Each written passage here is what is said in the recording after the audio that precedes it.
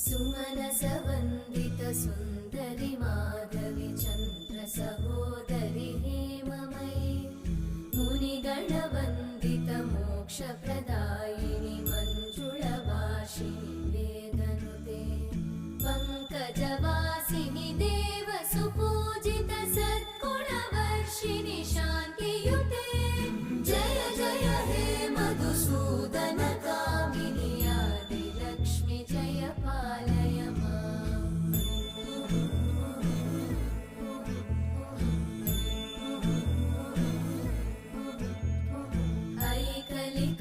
ऐकलिकल्मषनाशिनि कामिनि वैदिकरूपिणि वेदमये क्षीरसमुद्भव